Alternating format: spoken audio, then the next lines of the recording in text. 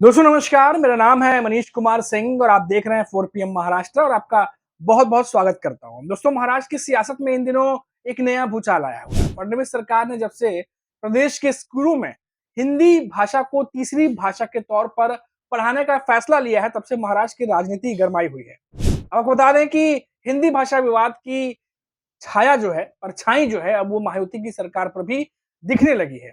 इससे पहले उद्धव और राज ठाकरे की ओर से संयुक्त तौर पर आंदोलन करने की बात कही जा चुकी है। अब महाराष्ट्र के डिप्टी सीएम अजीत पवार ने भी इस मसले पर अपने पत्ते खोल दिए हैं। जी हाँ दोस्तों, मायावती गठबंधन में भी अब इस पर अलग राय देखी जा रही है। एनसीपी नेता और महाराष्ट्र के उप मुख्यमंत्री अजीत पवार ने प्रदेश के स्कूलों में पहली कक्षा से हिंदी भाषा को पढ़ाने का आदेश लागू करने के पक्ष में नहीं है।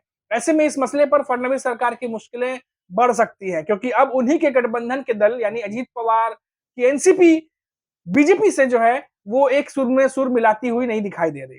अब बता दें कि हिंदी भाषा को लेकर मायावती में भी अब अलग-अलग राय देखी जा रही है। एनसीपी नेता और डिप्टी सीएम अजित पवार ने महाराष्ट्र के क्लास फर्स्ट से यानी एक एक से हिंदी भाषा को तीसरी भाषा के तौर पर लागू करने के समर्थन में नहीं दिखाई दे रहे हैं। अजित पवार ने कहा कि महाराष्ट्र के स्कूलों में पहली कक्षा से हिंदी भाषा नहीं होनी चाहिए, इसे क्लास फिफ्थ से शुरू की जानी चाहिए। और ऐसे ही बात हमने देखा कि शरद पवार भी कुछ दिनों पहले कहते हुए नजर आए थे। उन्होंने अजित पवार ने कहा है कि इस मुद्दे पर वे महाराष्ट्र कैबिनेट में चर्चा करेंगे। वहीं दूसरी तरफ उद्धव ठाकरे और राज ठाकरे इस मुद्दे पर 5 जुलाई को मुंबई में एक बड़ी रैली साथ में निकाल रहे हैं, ऐसी भी खबरें आ रही हैं। इस तरह इस मुद्दे पर मुख्यमंत्री देवेंद्र फडणवीस की दिक्कतें अब चौतरफा बढ़ती हुई दिखाई दे रही हैं। इसके साथ ही आपको बता दें दोस्तों, अजित पवार ने साफ शब्दों में कहा है कि हमारा मानना है कि हिंदी की पढ़ाई 5वीं कक्षा से शुरू होनी चाहिए। पहली कक्षा से हिंदी थोपने की कोई जरूरत नहीं है। उन्होंने ये भी साफ किया कि हर राज्य में बच्चों को अपनी मातृभाषा सीखने पर जोर देना चाहिए। मराठी और अंग्रेजी माध्यम के स्कूलों में हिंदी को तीसरी भाषा के रूप में पढ़ाने का आदेश दिया गया था, लेकिन यह तभी लागू होगा जब कक्षा में कम से कम 20 छात्र वैकल्पिक भाषा न चुने। अब बारामती में अजित पवार ने कहा कि हिंदी को पहली कक्षा से लागू करने की कोई मजबूरी नहीं है। इस मुद्दे पर रविवार को कैबिनेट बैठक में चर्चा होगी, जो विधानसभा के मानसून सत्र से पहले होगी। अब देखिए महाराष्ट्र के जो बाकी के जो नेता है दोस्तों, दल है, वो भी इस पर काफी ज्यादा जो है वो बयानबाजी अभी कर रहे हैं। और आपको बता दें कि महाराष्ट्र में 2 दशकों के बाद जो नया समीकरण बनता दिखाई दे रहा है, जो उद्धव ठाकरे और राज ठाकरे एक मंच पर दिखने वाले हैं, ऐसी खबरें आ रही है।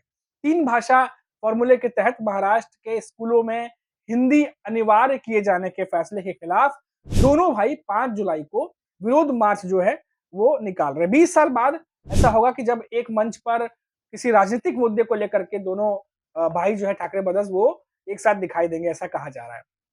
आपको बता दें शिवसेना के जो नेता है संजय राउत ने इसकी पुष्टि वैसे की है, खबर है, और उन्होंने एक्स पर पोस्ट करते हुए बताया कि महाराष्ट्र के स्कूलों में हिंदी अनिवार्य करने के खिलाफ एकजुट मोर्चा बनाया जाएगा। एक अन्य पोस्ट में उन्होंने एकजुट मार्च के बारे में बताते हुए कहा कि राज और उद्धव जो है एक पुरानी तस्वीर उनकी जो है वो शेयर की। और आपको बता दें कि जिसमें दोनों आसपास बैठे हैं और बातें कर रहे हैं। इसके साथ उन्होंने ठाकरे ही ब्रांड है, ये भी एक बात जो है वहां पर लिखी है, जिसके बाद अब ये माना जा रहा है कि अब ये और भी ज्यादा बढ़ जाएगा आंदोलन।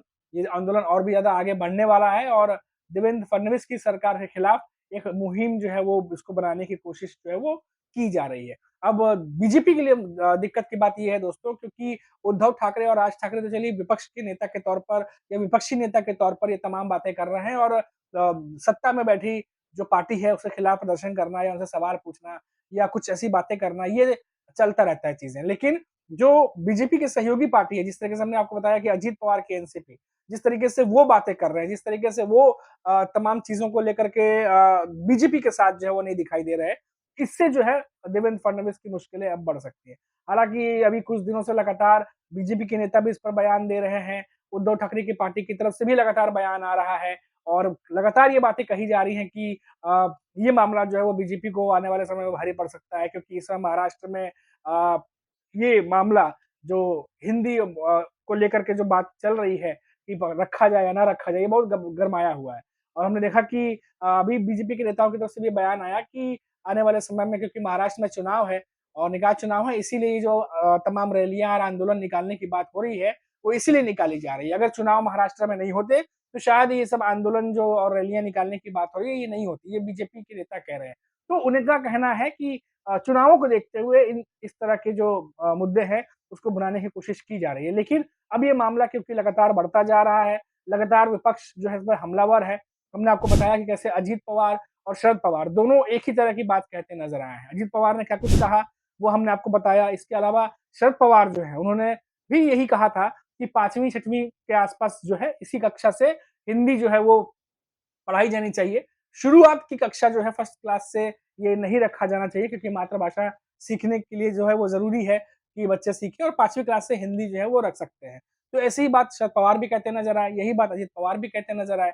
अब देवेंद्र फडणवीस आगे क्या कहेंगे, क्या करेंगे, ये देखने वाली बात होगी। हालाँकि 5 जुलाई के बाद मामला आगे बढ़ सकता है, ज़्यादा बढ़ सकता है, इसकी उम्मीद जताई जा रही है क्योंकि शिवसेना, उद्धव ठाकरे की शिवसेना और राज ठाकरे की पार्टी एमएनएस दोनों मिलकर बड़ी आंदोलन की तैयारी कर चुके हैं और जिसके बारे में अभी से सुगबुगाहट जो है वो तेज हो गई है।